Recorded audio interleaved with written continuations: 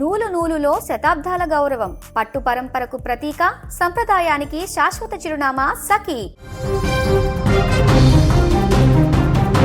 Iran supreme Khamenei హతమైనటువంటి తర్వాత ఇరాన్ని మరలా lead చేసేటువంటి వ్యక్తి ఎవరు, ఆ తర్వాత ఎవరు లీడ్ చేస్తారనేటువంటి ప్రశ్నకు తెరదించుతూ, ఈ తలెత్తినటువంటి ఉత్కంఠకు తెరదించుతూ ఇరాన్ తన కొత్త సుప్రీం లీడర్ పేరును తాజాగా అధికారికంగా ప్రకటించింది. తండ్రి వారసుడిగా ఆయన రెండో కుమారుడు ముజ్తబా ఖమేనీ ఇరాన్ అత్యున్నత పీఠాన్ని అధిష్ఠించబోతున్నారు. 88 మంది సభ్యులతో కూడిన అసెంబ్లీ ఆఫ్ ఎక్స్పర్ట్స్ అత్యవసరంగా సమావేశమై ఈ కీలక నిర్ణయం తీసుకున్నారు. ఇజ్రాయెల్, అమెరికా దాడుల నేపథ్యంలో దేశం సంక్షోభంలో ఉన్న తరుణంలో పగ్గాలను సమర్థుడైనటువంటి వ్యక్తికి అప్పగించాలని భావించిన ఇరాన్ పాలక వర్గం ముజ్తబా వైపే మొగ్గు చూపింది. పూర్తిగా ముజ్తబా ఖమేనీ ఇప్పటి వరకు ప్రత్యక్ష రాజకీయాలలో లేదా ప్రభుత్వ పదవులలో కనిపించలేదు. కానీ తన తండ్రి అలీ ఖమేనీకి అత్యంత నమ్మకమైనటువంటి సలహాదారుగా ఉంటూ ఇరాన్ కీలక నిర్ణయాలను ప్రభావితం చేసేవారని ప్రతీతి. ముఖ్యంగా ఇరాన్ రెవల్యూషనరీ గార్డ్స్ పైన ఆయనకు బలమైనటువంటి పట్టు కూడా ఉంది. 1969లో జన్మించిన ముజ్తబా చిన్నతనం నుంచే మతపరమైనటువంటి విద్యను అభ్యసించారు. ఇరాన్ ఇరాక్ యుద్ధంలో స్వయంగా పాల్గొనడం వల్ల సైనిక వర్గాలలో ఆయనకు తిరుగులేనటువంటి గౌరవం కూడా ఉంది. అందుకే ఇప్పుడు ఆయన్ని అత్యున్నత పీఠం పైన కూర్చోపెట్టడానికి కారణంగా మారింది. ముజ్తబాకు సైనిక అనుభవం కూడా ఉంది. 1987-88 మధ్య కాలంలో జరిగినటువంటి ఇరాన్ ఇరాక్ యుద్ధంలో ఆయన చురుగ్గా పనిచేశారు.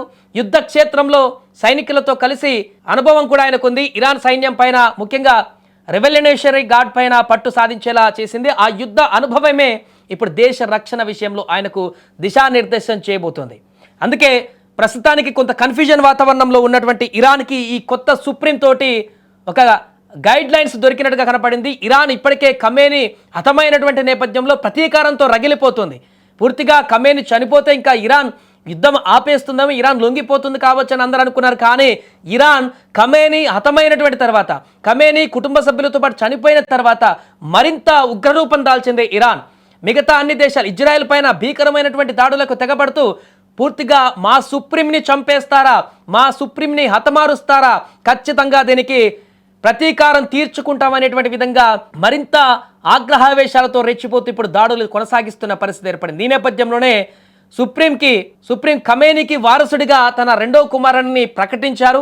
దీంతో అతని గైడెన్స్లో, అతని దిశానిర్దేశంతో ఇప్పుడు ఇరాన్ మరింత దాడులతో రెచ్చిపోయేటువంటి పరిస్థితి మనకు కనపడుతుంది. తండ్రి మరణాన్ని జీర్ణించుకోలేనటువంటి పరిస్థితుల్లో ఉన్న తన రెండో కుమారుడు ఇప్పుడు ఖచ్చితంగా ఆ దేశాలపైన, ముఖ్యంగా ఇజ్రాయెల్ పైన తీవ్ర స్థాయిలో విరుచుకుపడేందుకు సిద్ధమవుతున్నారు. ఇది ఏ రకంగా ఉంటుందంటే పూర్తిగా విచక్షణ లేనటువంటి యుద్ధంగా మారేటువంటి అవకాశం కనిపిస్తుంది. ఇప్పటి వరకు యుద్ధ నీతులు చూసాం, ఎక్కడైనా యుద్ధం జరిగితే. కానీ ఈ యుద్ధాలు అలా కొనసాగట్లేదు. ప్రజలపైన క్షిపణులు పడుతున్నాయి, స్కూళ్ళపైన క్షిపణులు పడుతున్నాయి, ప్రజా ప్రాంతాలలో క్షిపణులు పడుతున్నాయి. అమాయక ప్రజలు బలైపోతున్నటువంటి పరిస్థితి కనపడుతుంది రెండు దేశాలలో. ఇప్పుడు ఈ యొక్క యుద్ధం మూడో ప్రపంచ యుద్ధ స్థాయికి చేరబోతుందా అనేటువంటి సంకేతాలు కొనసాగుతున్నాయి. ఏదేమైనా కూడా ఇరాన్కి తాజాగా సుప్రీంని ప్రకటించిన నేపథ్యంలో, వారసత్వంగా మరొక సుప్రీంని అక్కడ ప్రకటించినటువంటి నేపథ్యంలో ఈ యుద్ధం మరింత తీవ్ర రూపం దాల్చేటువంటి అవకాశం కనపడుతుంది.